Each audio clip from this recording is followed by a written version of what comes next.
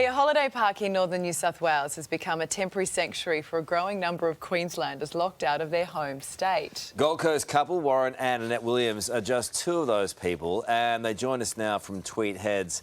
G'day guys, nice to see you this morning. Look, Warren, you live just 35 minutes from the border. How desperate are you, 35 minutes, to get home?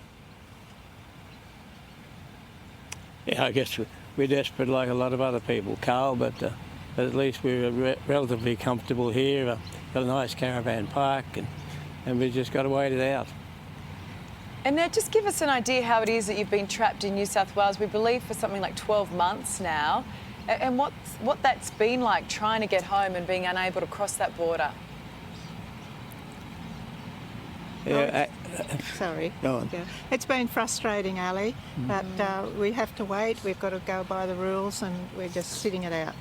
Warren, tell me about that frustration, and tell us about a little bit more detail about that frustration, because I think everyone, as I said before an hour ago, it's kind of out of mind, out of sight. If we don't hear your stories, we don't know. So what has it been like? Well, I guess the whole thing has been a bit more involved, really. We've been away about 12 months, but we went back down south to do a little project. So we sold our home up here to use the funds, help with the funds to do the project in New South. And we finished that in the end of June. So we've been those 5 months now ready to come back. Unfortunately, or rather in the meantime, we've been back twice for medical treatments.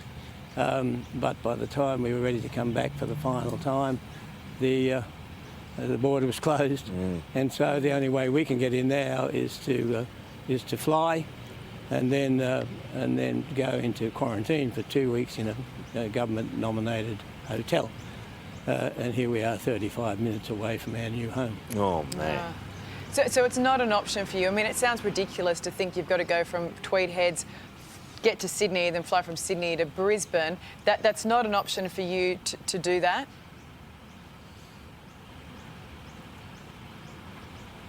No, it's not really, Ali. We'd have to go back to Ballina and fly across to the Gold Coast and, store our caravan, quarantine. It's not really an option for us at all. Gee, I wonder how many Grey Army are out there. I mean, unable to get home across multiple states. I mean, there must be an awful lot. Look, I know you make the best of the situation, but this is an incredibly tough period for you. There's talk that the border might open early, maybe December 7 now.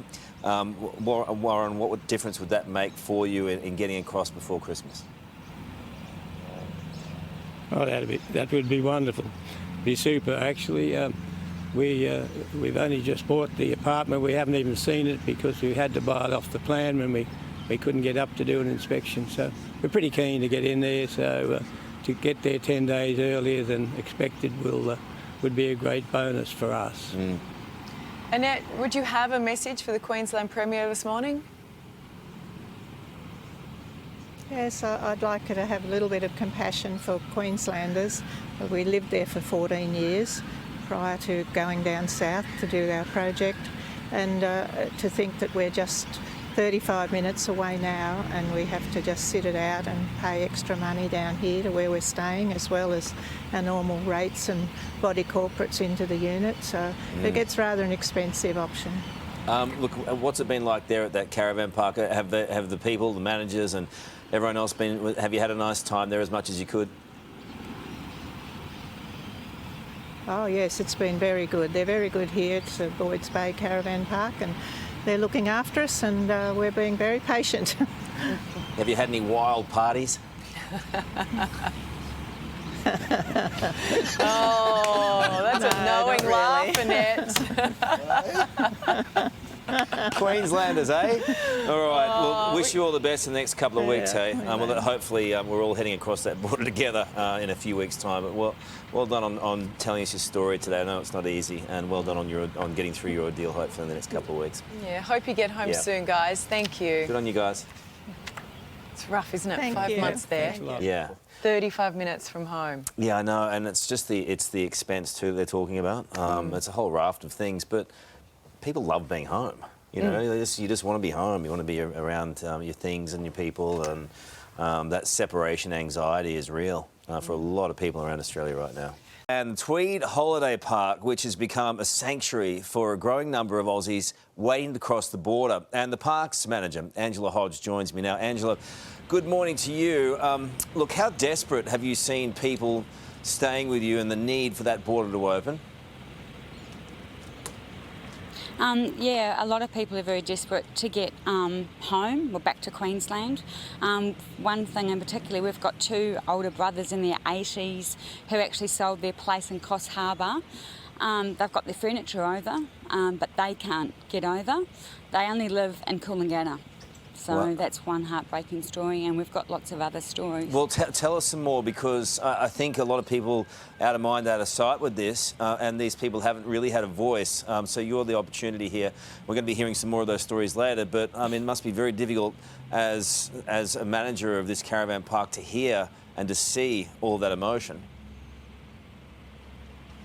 Oh, absolutely. You know, we've got a lot of older people who have just been buying houses or waiting to move into their units that they've purchased, and they're pensioners, and, you know, having to pay for their rent there and also holiday fees here. But I tell you what, they're all lovely, and we really like hearing their stories, and we're there for them. Look, we've also heard stories of people sleeping in cars. Have you heard those anecdotal stories as well? People who are just so desperate, they've got nowhere else to stay. Yeah, turning up just a one-nighter sort of thing. Yeah. Obviously gone to go to the border and haven't been able to get across, so I've come back here because obviously we're only 5 minutes away, and, you know, have just come into the park for the night or a couple of nights, just like you said, to either sleep in the car or in a tent and go back again and can't get back, so, yeah. What's it going to be like on the 17th, do you reckon? I wouldn't want to be travelling on the 17th. I think the line-up would be from Ballina. It's going to be absolutely crazy. I think they do need to come up with some sort of roadmap for people that are residents in Queensland, or people, like I said, that have bought homes. You know, that they should be able to get through a bit earlier, I think, just so, you know, you wouldn't want to be travelling on that day. How many do you reckon? There's so many people leaving here on the 17th. Agree. Look, how many people do you have there, do you think, that'll be vacating? Probably just from this park, about 30, I would say. Wow. But we have had other people that have been able to get through, that have they've flown from Ballina to Sydney, Sydney to Brisbane to quarantine for 2 weeks. So we've had a few of them go through as well. And also, I mean, these people are going to have to get tested before they go over. Anastasia Palaszczuk is looking at if, for example, they reach that threshold before the 17th, it could open up. Is that going to be a better idea, do you think, if it happens maybe a week earlier, so that you can at least space it out? No, that would be great for people, absolutely, if it's before the 17th, yes. And what is your Christmas looking like? Is it going to be pretty busy up there? Oh, it's one good thing, yes, it's going to be great. We do rely on a lot of Queenslanders, that is our high occupancy. Yes, we can't wait for them all to come down. The park's going to be full, you know, they make their bookings, Queenslanders, a year ahead. So I am pleased that we are going to be open for Christmas, like we're going to be full for Christmas. It's so smart, Queenslanders, aren't they? It's been a while. Booking a year in advance. It'll be crazy there at Christmas. I wish I was going. All right, we'll talk to you very soon. I appreciate it. And well done for looking after everyone. It's been a tough period. I appreciate your time today. Thank you.